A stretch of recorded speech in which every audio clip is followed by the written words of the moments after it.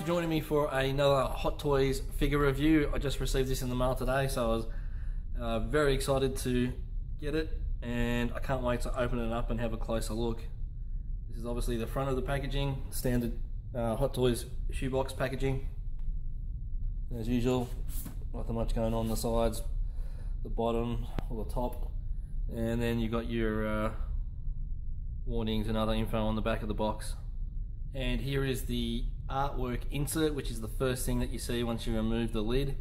And as you can see, it's R2 and BB-8, so this is obviously based off of the Force Awakens version of R2-D2.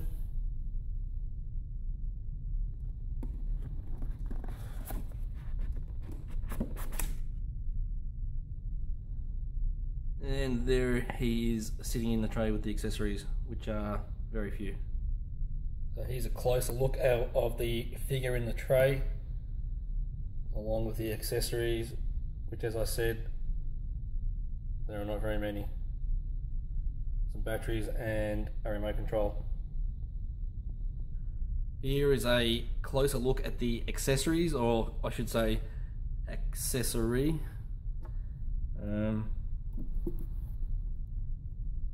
This is the remote control.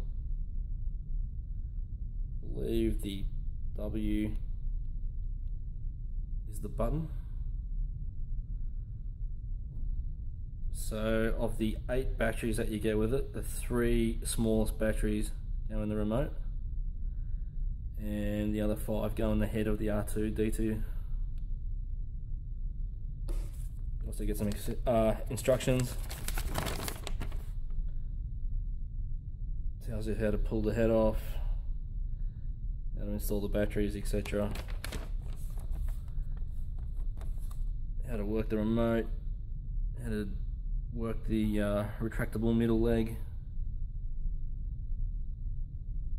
and that is about it. So I'll have a closer look at the figure. I have removed the head previously, and I've just sort of got it sitting on top. So there's just 3 pegs, I guess you'd call them, on the base there.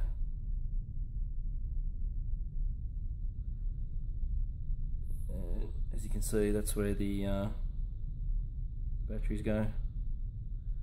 On off switch. The head feels like aluminium. There you go, it's working.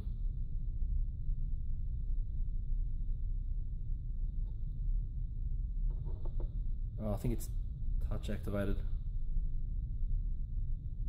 Anyway, so the head feels like it's made, it's got a bit of weight to it. I think it's aluminium. I don't know. But yeah, it looks pretty good. There's a lot of, well, the whole figure's pretty grimy, to be honest. But especially on the head there, you can see on the silver bits, they've grimed that up nicely. There's a little scratch on the front there, or 2 scratches. I'm pretty sure that's not a defect. I'm pretty sure that's meant to be there.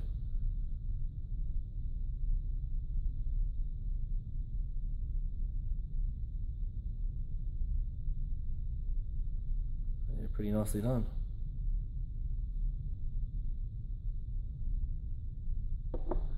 And for the rest of the body, again, yeah, very nicely weathered, very grimy.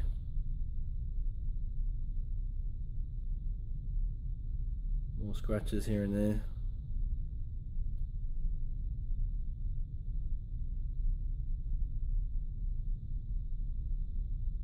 Very nicely detailed.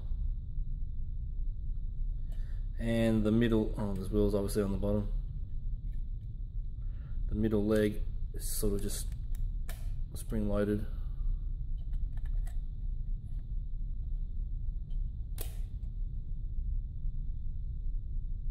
Pull it down and lock it into place. Okay, so I thought that the lights on the head were activated by touching the dome, but I don't know where I got that idea, but it doesn't seem to be correct. They seem to be only controlled by the on-off switch on the base of the dome. So yeah, and as you can see, obviously you've got the articulation in the legs. It's like click articulation, clicks into place. The instructions do tell you to be very careful when you're moving the legs about the inner part of the feet here rubbing against the body. Very close.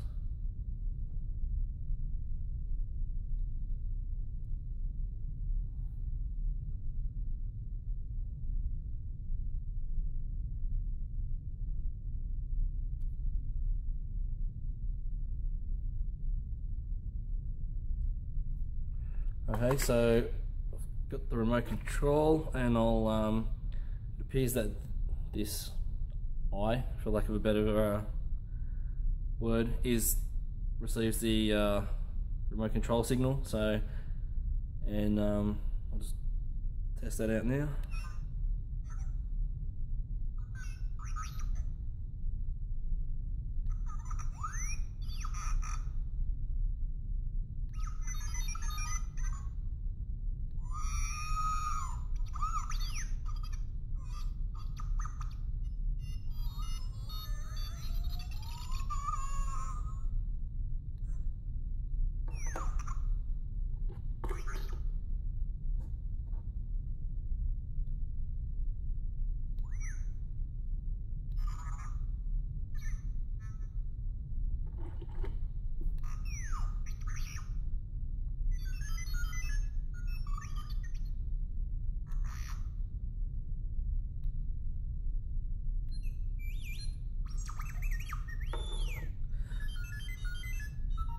So I have absolutely no idea how many different noises he makes, but it does sound pretty cool.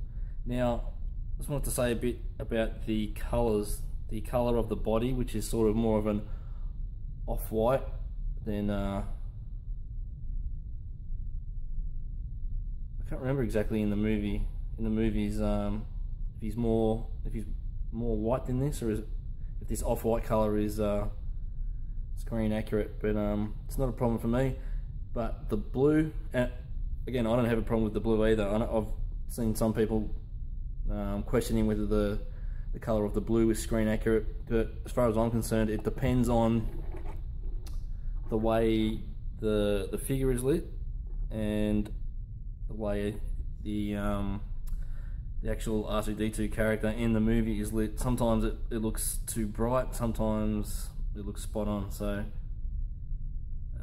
yeah, it just depends on lighting as far as I'm concerned. And here is a bit of a size comparison, or just a look to see how it scales with other figures. So I think it looks pretty good. I'm fairly sure that his height normally reached up to around the waist or belly button of, I guess, your average sized characters such as Obi-Wan. So it looks pretty good to me. Alright, so just before I wrap this video up, I did go back and read the instructions, and that usually helps. So you can control the light settings by touching the dome. It's just that you have to touch this panel here. So they're off, and there's two light settings. There's this one,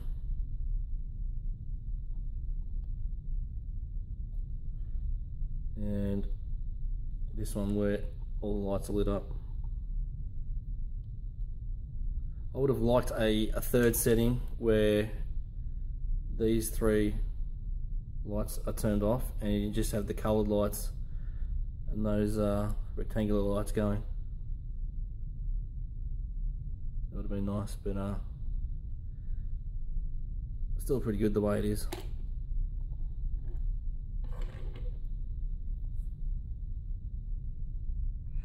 So to sum up, pretty cool little figure, very nicely detailed, nicely grimed up, weathered. I like the metal dome, feels pretty solid, fairly solid, like a solidly built figure. The lights and sound effects are pretty cool.